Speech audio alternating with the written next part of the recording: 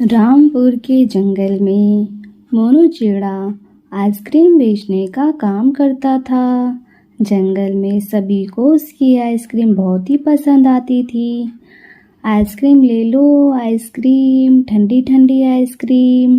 देखते ही देखते वहाँ पर ग्राहकों की भीड़ जम जाती थी और उसकी आइसक्रीम देखते ही देखते सारी बिक जाती थी। मोनू भैया, आपके आइसक्रीम का तो कोई जवाब ही नहीं है, बहुत ही टेस्टी, बहुत ही बढ़िया।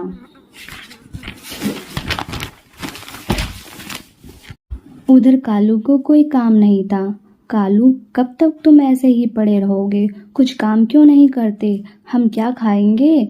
हमारे तो खाने को भी लाले हैं। गोरी कालू पर बहुत भड़कती है। क्या करूं गोरी, तुम ही कुछ बता दो। कालू, क्यों ना तुम भी मोनू की तरह आइसक्रीम बेचो, बहुत बिक्री होती है। हाँ, पर मैं तो मटके वाली आइसक्रीम नहीं बेचूंगा, नए जमाने की आइसक्रीम बेचूंगा, फिर देखना कैसे हमारे आइसक्रीम बिकेगी। अगले दिन कालू आइसक्रीम की एक ट्रॉली ले आता है और उसमें आइसक्रीम रखकर वह बाजार में बेचने जाता है। रोज की तरह मोनू भी आइसक्रीम बेचने आता है। अरे कालू भैया, क्या आपने भी आइसक्रीम का काम चालू कर दिया है? हाँ, पर तुझे क्या, तू अपने काम से मतलब रख, मेरे काम पे ध्यान मत दे। मोनू अपने काम पर लग जाता है। तभी जो भी ग्राहक आता मोनू की तरफ ही जाता। इससे कालू कौवा और गोरी कौवी को बहुत गुस्सा आता। गोरी, देखो सारे के सारे ग्राहक तो मोनू की तरफ ही जा रहे हैं।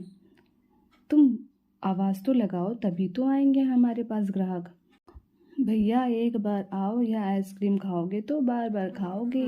पर कालू की दुकान पर तो एक या दो ही ग्राहक आए और मोनू के आइसक्रीम तो सारे बिक गए, जिसकी वजह से वो अपने घर चला गया।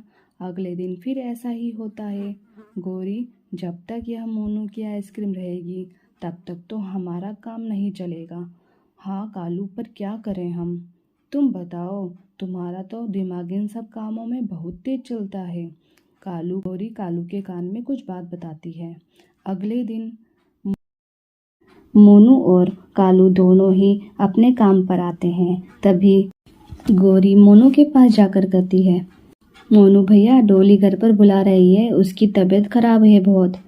मोनू जल्दबाजी में दुकान को वहीं छोड़कर घर भागता है। तभी चुपके से गोरी उसकी आइसक्रीम में कुछ मिला देती है।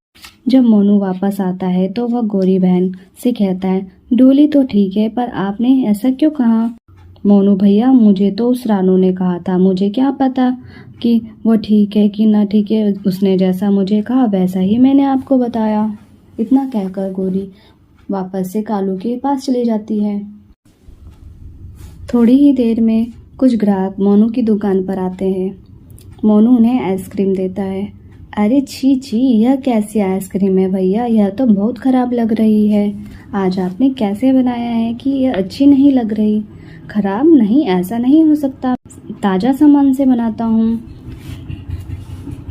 इधर आओ कबूतर भैया, हमारी आइसक्रीम खाओ, फिर देखना कितना स्वाद आता है आपको। सभी ग्राहक कालू की तरफ चले जाते हैं। अब रोज गोरी कुछ न कुछ करके उनका काम खराब कर देती, जिससे सभी ग्राहक कालू कौवे के पास जाने लग गए।